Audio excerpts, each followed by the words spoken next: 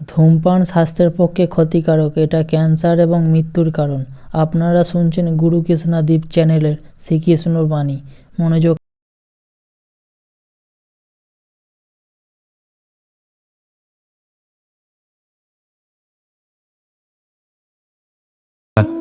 আর আমি চিরকাল বলা হয় কর্ম করো, কর্ম করতে থাকো, কিন্তু শুধুমাত্র কর্ম করাটাই পর্যাপ্ত নয়। কর্ম কিভাবে করা হচ্ছে, কোন দিশায় করা হচ্ছে সেটা বুঝতে পারাটাও অত্যন্ত আবশ্যক। ভাগ্যের ভরসায় থাকবেন না। ভাগ্যের দ্বার যদি বন্ধ থাকে তাহলে নিজের কর্ম দ্বারা আপনি সেই দ্বার খুলে দিতে পারেন। এবার আপনার পথে যদি কোনো বড় পাহাড় চলে আসে তাহলে আপনি কি করবেন? ভাগ্যের ভরসায় বসে থেকে হাহাকার করলে তো হবে না। ভাববেন যে আমার ভাগ্যে এটা লেখা আছে তাই এই সমস্যা নিজে থেকেই পথ থেকে সরে যাবে। না, আপনাকে কর্ম করতে হবে। নিজের কর্মের দ্বারা এমন কোলাহলের সৃষ্টি করুন যাতে ভাগ্য নিজেই আপনার জন্য সেই দ্বার খুলে দেয়। কর্মের কোলাহল কিছুটা এমন হওয়া উচিত যে সেই বাধা যেন আপনার কোলাহল শুনে নিজে থেকেই আপনার পথ থেকে সরে যায়। কর্ম করুন, কিন্তু এটা ভেবে কর্ম করুন যে কিভাবে আপনি কর্ম করছেন, কোন দিশাতে আপনি কর্ম করছেন। দিশাহীনভাবে আপনি যতই কর্ম করুন না কেন কোনো লাভ হবে না, কখনো সৌভাগ্য লাভ করতে পারবেন না। কর্ম করুন, বুঝে শুনে করুন, আর আমার সাথে ভালোবেসে বলুন রাধা রাধা। আমরা সবাই জীবন সুখ আর শান্তিপূর্বক অতিবাহিত করতে চাই। আমরা সবাই এটাই চাই যে আমরা সবাই স্বাধীন থাকব, আর এই স্বাধীনভাবেই আমরা জীবনে অগ্রসর হব। আর যখন কোনো ব্যক্তি আমাদের এইসব কিছু করতে বাধা দেন তখন আমরা তার উপর রুষ্ট হই, কিন্তু সত্যিটা ঠিক এর বিপরীত। কখনো কখনো এই ব্যক্তি অজান্তেই আমাদের এটা ভাবতে বাধ্য করে দেয় যে আমরা যেটা করছি সেটা কোথাও অনুচিত নয়। তো জীবনে অগ্রসর হতে হতে, সুখ খুঁজতে খুঁজতে, স্বাধীনতা খুঁজতে খুঁজতে আমরা অনুচিত কিছু করছি না তো? এটা বোঝা অত্যন্ত প্রয়োজনীয়। আর এটাই আমরা বুঝবো একটা উদাহরণ দ্বারা। কখনো কোনো উপবনে যাবেন আর গিয়ে ওখানকার মালিকে দেখবেন কি করে। কিছু সময় অন্তর ও ঘাস আর আগাছা কেটে পরিষ্কার করে। আর এরকমটা কেন করে? সে নিজেই তা রোপণ করে, নিজেই পরিশ্রম করে, আর তারপর নিজের পরিশ্রমকে কেটে ফেলার কি অর্থ হতে পারে? এরকমটা সে কেন করে? এরকম সে করে যাতে ঘাস এবং চারা সবাইকে নিয়ন্ত্রণে রাখতে পারে, আর সেই উপবনকে সে সুন্দর এবং মনোগ্রাহী করে রাখতে পারে। এটাই হলো ওর উদ্দেশ্য। এবার ভাবুন যে সেই ব্যক্তি আপনার জীবনে সেই কাজটাই করছে। আপনার জীবনে সে মালি হয়ে আসে আর কোনো শুল্ক ছাড়াই আপনাকে সে আরো উত্তম ব্যক্তি করে তুলছে। তাই মনে মনে ওনার প্রতি কৃতজ্ঞ থাকুন, আর আমার সাথে ভালোবেসে বলুন রাধা রাধা। আমাদের জীবন হলো একটি যাত্রাপথ, একটি প্রতিযোগিতা। আর এই প্রতিযোগিতায় এগিয়ে থাকার জন্য, জয়লাভ করার জন্য আমরা সবাই কোনো না কোনো সাহায্য খুঁজি। কেউ ঈশ্বরের শরণে যান, কেউ গুরুর কাছে যান, কেউ মাতা পিতার কাছে যান, আবার কেউ যোগ্য বন্ধু নির্বাচন করে নেন। আর হ্যাঁ, এনারা সবাই আপনাকে জীবনে অগ্রসর হওয়ার পথে সাহায্য করতে পারেন। কিন্তু এমন একজন ব্যক্তি আছেন এই সংসারে, যিনি এই সংসারে আপনাকে সবার আগে নিয়ে যেতে পারেন। আর সেই ব্যক্তি হলেন স্বয়ং আপনি, আর কেউ নয়। অর্থাৎ আপনি যদি চেষ্টা করেন, পরিশ্রম করেন, তাহলে আপনার বন্ধু, আপনার বান্ধব, আপনার পরিবার, আপনার গুরু আপনাকে সাহায্য করতে পারে, আপনাকে আরো অনেক বেশি প্রদান করতে পারে। কিন্তু যদি আপনার চেতনাই না থাকে তাহলে কেউ আপনাকে এগিয়ে নিয়ে যেতে পারবে না। যেমন ছোট্ট একটা বালক যে সবেমাত্র হাঁটতে শিখছে, প্রথমে সে হামাগুড়ি দিয়ে চলতে চেষ্টা করে। তার মাতা পিতা তাকে দেখে খুব আনন্দ পান, তাকে উৎসাহও দেন। সেই ছোট বালক দাঁড়াতে চেষ্টা করে, হাঁটতে চেষ্টা করে, আবার পড়ে যায়, আবার উঠে দাঁড়ায়, আবার চেষ্টা করে, আবার পড়ে যায়। আর ভবিষ্যতে গিয়ে সে হাঁটতেও শিখে যায়, আবার দৌড়তেও শিখে যায়। এই সংসারে আপনি যে কর্মই করতে চান না কেন, যে স্বপ্নই আপনি পূর্ণ করতে চান না কেন, সেটা আরম্ভ হবে আপনাকে দিয়ে, আপনার কর্ম দ্বারা। তাই কর্ম করতে শুরু করুন। বাইরে থেকে সাহায্য পেতেই পারেন, তার সদ্ব্যবহার করুন আর আমার সাথে ভালোবেসে বলুন, রাধা।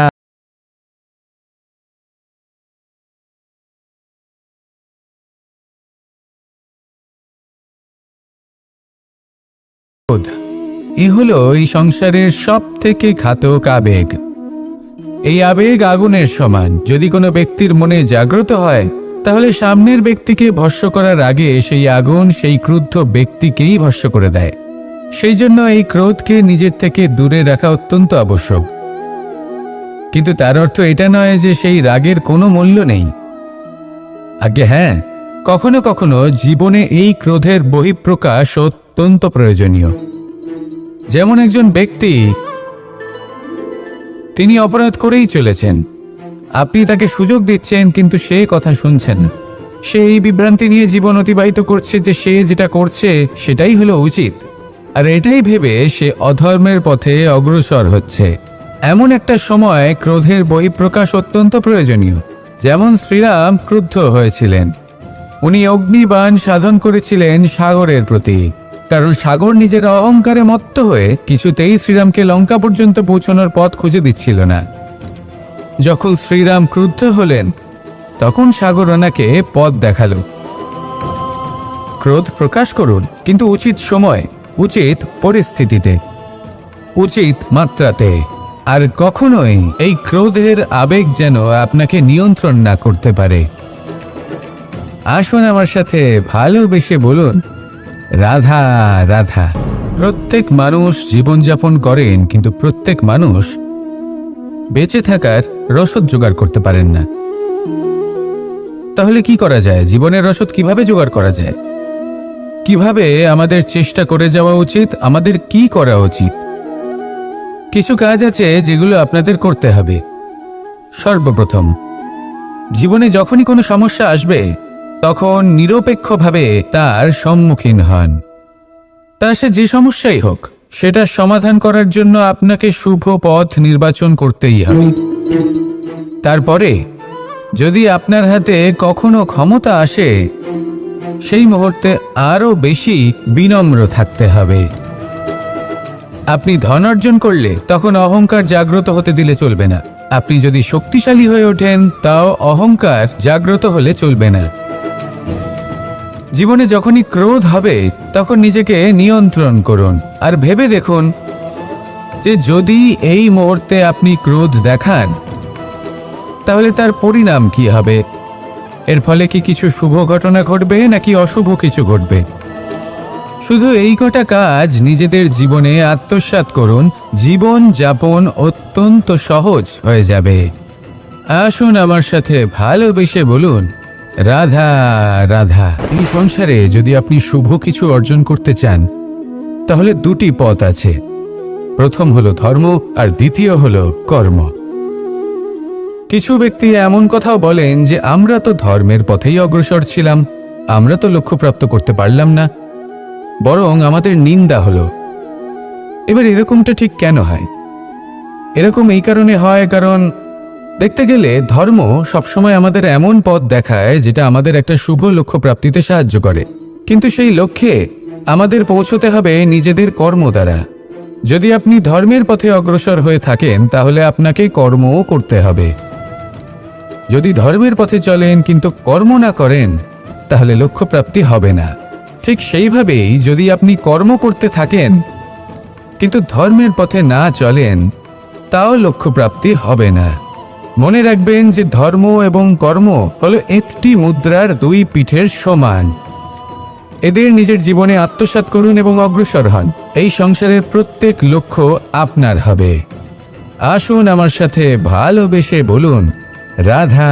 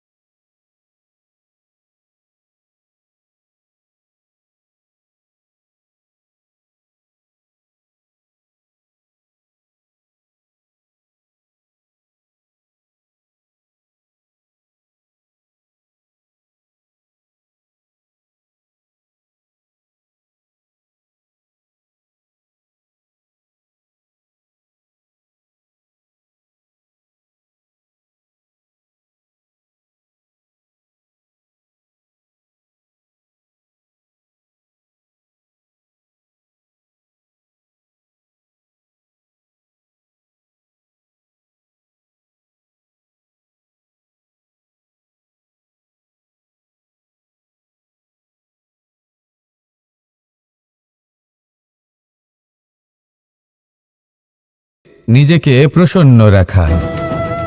কিন্তু যদি আপনি এটা শিখে যান, তাহলে এই নীরবতাই আপনাকে জীবনে অনেক বড় বড় সমস্যার হাত থেকে বাঁচাবে। এই প্রসন্নতা আপনাকে বিকটতর পরিস্থিতি থেকে বেরিয়ে আসতে শক্তি যোগাবে। তাই এই গুণ আত্মসাৎ করুন আর আমার সাথে ভালোবেসে বলুন, রাধা।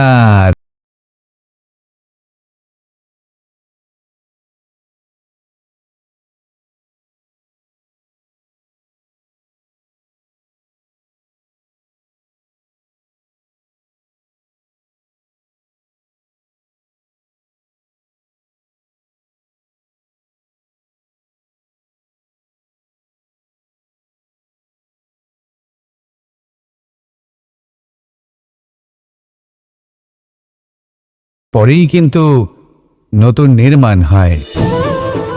এটাই তো প্রকৃতি আমাদের শেখায়।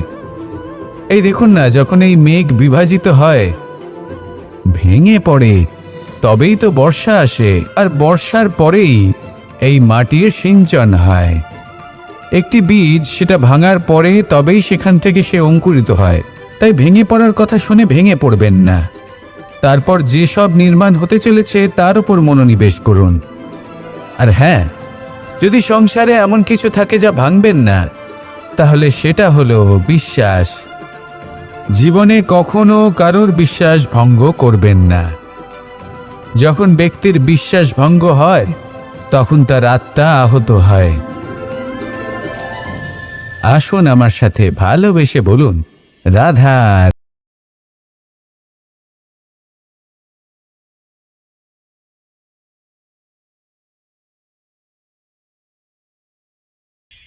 এই ফুল কি সুন্দর হয়, তাই না? মন মোহিত করে দেবার মতো রং, সুগন্ধ, আর এতটাই কোমল হয় যে খুব সহজেই আপনি একে পিষে দিতে পারেন।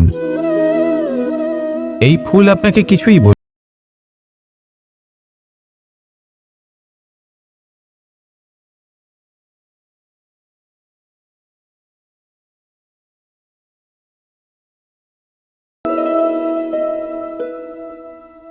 কিন্তু এই কাজটা আপনি কাঁটার সাথে করতে পারবেন না। কাঁটা আপনাকে অত্যন্ত যন্ত্রণা দেবে, সেটা আপনিও জানেন। এবার এই ফুল আর কাঁটার মধ্যে যে পার্থক্য, সেটাই হলো পার্থক্য সজ্জন এবং দুর্জনদের মধ্যে। কখনো কখনো আমাদের জীবনে এমন কিছু ব্যক্তি আসেন যারা অত্যন্ত কোমল, তাদের আমরা দমন করে বসি। আর বেশিরভাগ সময় তারাই আমাদের সবথেকে বড় শুভাকাঙ্ক্ষী হন। তারা চাইলে বিরোধিতা করতেই পারেন, চাইলে আমাদের উপর প্রহার করতেই পারেন, কিন্তু তা করেন না। আর এই কথাটা আমরা তখন বুঝতে পারি যখন বাস্তবে আমাদের সামনে কোনো শত্রু, কোনো দুর্জন ব্যক্তি, কোনো কাঁটা বাধা হয়ে দাঁড়ায়। তাই জীবনে কোনো ব্যক্তি যদি নীরব থাকে, কোমল হয়, তাকে দমন করবেন না। হতে পারে সেই ব্যক্তি আপনার জীবনের সবথেকে বড় পুঁজি হয়ে ওঠেন। আসুন আমার সাথে ভালোবেসে বলুন, রাধা রাধা। মানুষ সংঘর্ষ করেন জীবনের সামনে এগোনোর জন্য, সাফল্য লাভ করার জন্য, মহান কর্ম করার জন্য। কখনো সে জীবনে একা হয়ে যায়, আবার কখনো তার জীবনে অনেক সংখ্যক লোক চলে আসেন, তাদের সাথে ভিন্ন ভিন্ন ধরনের সম্পর্ক গড়ে ওঠে। কিন্তু তখনই সাবধান থাকা প্রয়োজনীয়, কারণ সব সম্পর্ক সত্য হয় না। যেমন দেখবেন, যখন সাফল্য আসে তখন জীবনে অনেকগুলো সম্পর্কও আসে, নতুন নতুন সম্পর্ক গড়ে ওঠে। কিন্তু যখন ব্যর্থতা আসে তখন খুব কম সম্পর্ক গড়ে ওঠে। আর বেশিরভাগ সময় এই ব্যর্থতার সময় গড়ে ওঠা সম্পর্ক আজীবন আপনার সাথে থেকে যায়। সাফল্য হোক বা অসফলতা, তার কোনো প্রভাব সেই সব সম্পর্কে পড়ে না। সেখানেই সাফল্যের পরে যে সম্পর্ক গড়ে ওঠে, বেশিরভাগ সময় এমনও দেখা যায় যে তার মধ্যে বেশিরভাগ মানুষ আপনাকে নিজের কাজে লাগাবেন, আপনাকে ব্যবহার করবেন, সময় এলে পরে আপনাকে ঠকাতেও পারেন। এর অর্থ এটা নয় যে আপনি জীবনে নতুন সম্পর্ক বানাবেন না, অবশ্যই বানাবেন, কিন্তু ব্যক্তি এবং সম্পর্কের পরখ করা আবশ্যক, আর সময় সময় সেটা করা আবশ্যক। যে কটি সম্পর্ক আপনার জীবনে আছে, যারা আপনার সাথে জড়িয়ে, সারা জীবন যারা আপনার সাথেই থাকবেন তাদের যত্ন নিন আর তাদের সাথেই অগ্রসর হন। আর আমার সাথে ভালোবেসে বলুন, রাধা রাধা। পরম শক্তি প্রকৃতি এ হলো এই সংসারে সব থেকে বেশি শক্তিশালী। এই প্রকৃতির সামনে কারোর কোনো অস্তিত্ব নেই। এই প্রকৃতি আমাদের জীবন যাপনের জন্য অসংখ্য সম্পদ প্রদান করেছেন, আর তার সাথে এই বিষয়টার দিকেও বিশেষ যত্নবান হয়েছেন যে আমরা যেন এর মোহজালে ফেঁসে না যাই। যেমন পেট ভরানোর জন্য চাল ডাল প্রদান করেছেন, তার সাথেই সেই চাল ডালের মধ্যে কীটের উপস্থিতি রেখেছেন, যাতে সেই চাল ডাল সময়ের সাথে সাথে খারাপ হয়ে যায়। উচিত সময় যদি গ্রহণ না করেন তাহলে সমস্ত সবজি নষ্ট হয়ে যাবে। যেমন আমাদের এই মনুষ্য শরীর, তা সে যতই সুন্দর হোক না কেন, মৃত্যুর পরে এই শরীরে পচন ধরে, যাতে এই শরীর থেকে দুর্গন্ধ বেরোয়। এমনটা প্রকৃতি কেন করেছে? যাতে আমরা যত শীঘ্র সম্ভব সেই দেহের অন্ত্যেষ্টিক্রিয়া করতে পারি, তাকে বিদায় জানাতে পারি, আর তাকে পঞ্চমহাভূতে বিলীন হতে দিতে পারি। প্রকৃতি যেটা করছে সেটা অনুচিত নয়। প্রকৃতি এই কারণে এমন করে যাতে আমরা কর্মবন্ধনে আবদ্ধ থাকি, মোহর বন্ধনে নয়। যেমন ধরুন এই শস্য, ধরুন আপনি চেষ্টা করছেন এই শস্য পেতে এবং আপনার জীবনে সেই শস্য আপনি লাভ করছেন অত্যাধিক মাত্রায়, তাহলে তা ভোগ করুন আর বাকি শস্যটা সবার মধ্যে ভাগ করে দিন, যাতে অন্যেরও পেট ভরে তাতে।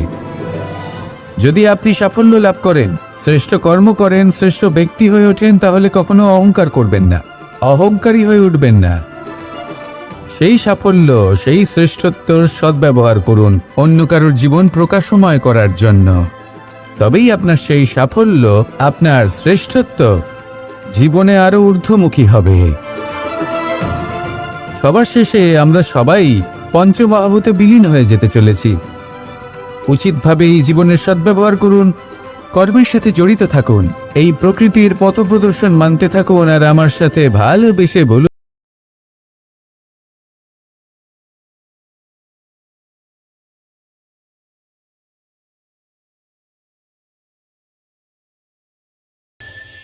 এই জীবন যেটা আপনি যাপন করেন, জানিয়ে আপনার এত অহংকার, বলুন এই জীবনে আপনার কি আছে? আপনাকে জন্ম দিয়েছেন আপনার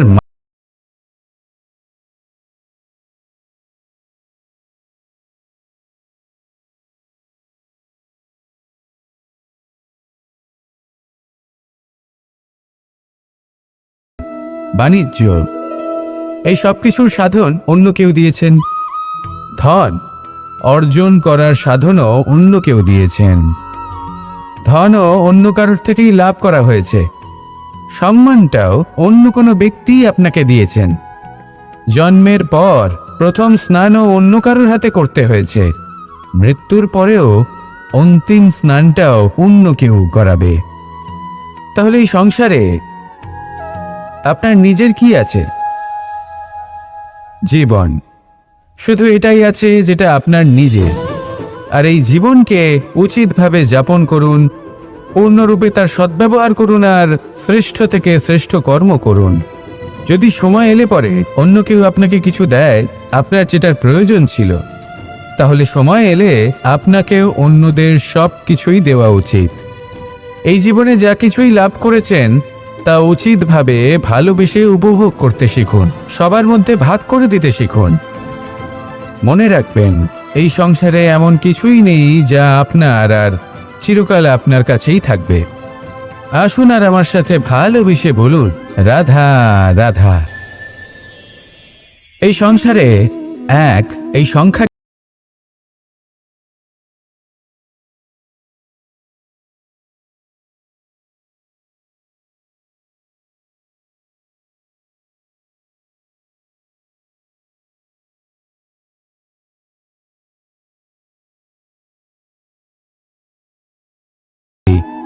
মানুষ সেখানে ষড়যন্ত্র করতে শিখে যায়। আর যদি আপনি এককে একের সাথে মিলিত হতে না দেন, তাহলে সেটা কূটনীতি হয়ে দাঁড়ায়, মানুষ সেখানে ছলনা করতে শিখে যায়। এবার যদি আপনি এককে একের সাথে মিলিত করে দুই করে দেন, তাহলে সেটা গণনীতি হয়ে দাঁড়ায়। মানুষ সংগ্রহ করতে শেখে, লাভ করতে শেখে। আর যদি আপনি 1 এবং 1 মিলিয়ে শূন্য করে দেন, তাহলে তাকে আধ্যাত্ম বলা হয়, যেখানে আমরা নিজেকে ঈশ্বরের কাছে পূর্ণরূপে সমর্পণ করে দিই। আর যদি আপনারা 1 আর 1 এই 2কে মিলিয়েও একই থাকতে পারেন, তাহলে তাকে প্রেম নীতি বলা হয়। যেমন আমি আর রাধা, না আমরা শূন্য আর না আমরা দুজন ভিন্ন, দুজন ভিন্ন হয়েও আমরা অভিন্ন। এর দ্বারা জীবনের অর্থ বুঝতে পারা যায়। তাই এই অর্থ বুঝতে শিখুন। এই মন প্রসন্ন হয়ে বলবে, রাধা রাধা। আমরা সবাই জীবনের সামনে এগোতে চাই আর সামনে এগোতেও থাকি। আর যখনই কোনো ব্যক্তি জীবনের সামনে এগোতে থাকে, তখন তার পথে নিশ্চিত রূপে বাধা আসে। তখন মানুষ ঈশ্বরের কাছে প্রার্থনা করে যে, হে ঈশ্বর, আমার জীবনে যেন কোনো বাধা না আসে, আর যত বাধা আছে তার হাত থেকে আমাকে রক্ষা করে নিও। পূর্ণরূপে একটি নিরাপদ জীবনের কামনা করে। কিন্তু সত্যি কথা বলতে, এই বাধাগুলো কিন্তু কিছু মাত্রায় আমাদের কাছে আবশ্যক। যদি এই বাধা না থাকে, তাহলে আমরা সামনে এগোতে পারবো না।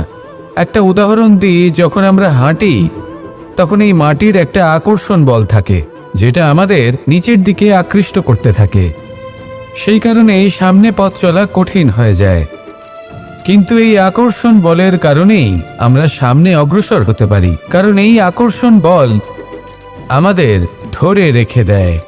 তার জন্যই আমরা মাটির ওপর টিকে থাকতে পারি।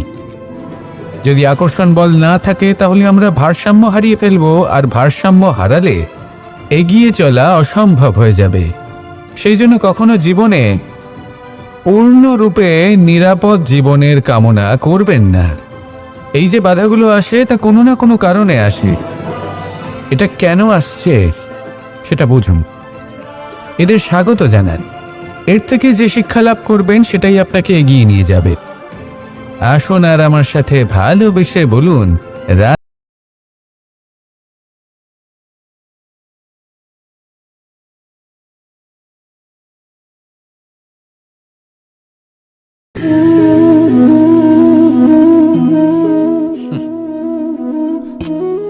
এই স্মৃতিগুলি কি অসম্ভব মূল্যবান, তাই না? শুধু তাদের প্রয়োজন হলো একটি মাধ্যম। যেমন মাখনে ভরা এই মাটির হাঁড়ি দেখে আমার বৃন্দাবনের কথা মনে পড়ে গেল। দেখতে গেলে দ্বারকাধীশ যখন চাইবেন, যেখানে চাইবেন, সর্বোত্তম প্রজাতির মাখন খেতে পারেন। কিন্তু সেই মাখনে, বৃন্দাবনের মাখনের মতো সেই আনন্দ, সেই প্রেম কোথায় আছে? বৃন্দাবনে গোপীদের হাঁড়ি ভেঙে মাখন খাওয়া, বাড়িতে লুকিয়ে চুরিয়ে ঢোকা, পরিশ্রম করা, চুরি করে হাঁড়ি ভেঙে মাখন খাওয়া, তার মধ্যে যে আনন্দ ছিল, সেটা কোনো পাত্রে রাখা মাখনে কি পাওয়া যায়? মায়ের বকা খাওয়া, মায়ের প্রেম অনুভব করা, ওনার হাত থেকে মাখন খাওয়া, যমুনার তটে বসে গোপীদের সাথে হাসি ঠাট্টা করা, রাধাকে উত্ত্যক্ত করা, বৃন্দাবনের স্মৃতিগুলি হলো অমূল্য। যখনই সেগুলো স্মরণ করি, তখন এই মন প্রফুল্ল হয়ে ওঠে। কিন্তু আপাতত আমি এই মাখনটা খেয়ে তৃপ্তি লাভ করব। আপনিও আপনার জীবনে সেই অমূল্য অদ্ভুত মুহূর্তগুলোকে স্মরণ করুন এবং আনন্দিত থাকুন। আমার সাথে ভালোবেসে বলুন, রাধা রাধা। মহাভারত, গীতা আর আমি চিরকাল বলা হয়, কর্ম করো, কর্ম করতে থাকো। কিন্তু শুধুমাত্র কর্ম করাটাই পর্যাপ্ত নয়। কর্ম কিভাবে করা হচ্ছে, কোন দিশায় করা হচ্ছে, সেটা বুঝতে পারাটাও অত্যন্ত আবশ্যক। ভাগ্যের ভরসায় থাকবেন না। ভাগ্যের দ্বার যদি বন্ধ থাকে, তাহলে নিজের কর্ম দ্বারা আপনি সেই দ্বার খুলে দিতে পারেন। এবার আপনার পথে যদি কোনো বড় পাহাড় চলে আসে, তাহলে আপনি কি করবেন? ভাগ্যের ভরসায় বসে থেকে হাহাকার করলে তো হবে না। ভাববেন যে আমার ভাগ্যে এটা লেখা আছে, তাই এই সমস্যা নিজে থেকেই পথ থেকে সরে যাবে। না, আপনাকে কর্ম করতে হবে। নিজের কর্মের দ্বারা এমন কোলাহলের সৃষ্টি করুন যাতে ভাগ্য নিজেই আপনার জন্য সেই দ্বার খুলে দেয়। কর্মের কোলাহল কিছুটা এমন হওয়া উচিত যে সেই বাধা যেন আপনার কোলাহল শুনে নিজে থেকেই আপনার পথ থেকে সরে যায়। কর্ম করুন, কিন্তু এটা ভেবে কর্ম করুন যে কিভাবে আপনি কর্ম করছেন, কোন দিশাতে আপনি কর্ম করছেন। দিশাহীনভাবে আপনি যতই কর্ম করুন না কেন, কোনো লাভ হবে না, কখনো সৌভাগ্য লাভ করতে পারবেন না। কর্ম করুন, বুঝে শুনে করুন, আর আমার সাথে ভালোবেসে বলুন, রাধা রাধা। এখানে শ্রীকৃষ্ণ বাণীটি সমাপ্ত হলো। ভালো লাগলে গুরুকৃষ্ণা দীপ চ্যানেলটিকে লাইক, কমেন্ট, শেয়ার করবেন। জয় শ্রীকৃষ্ণ, রাধে রাধে।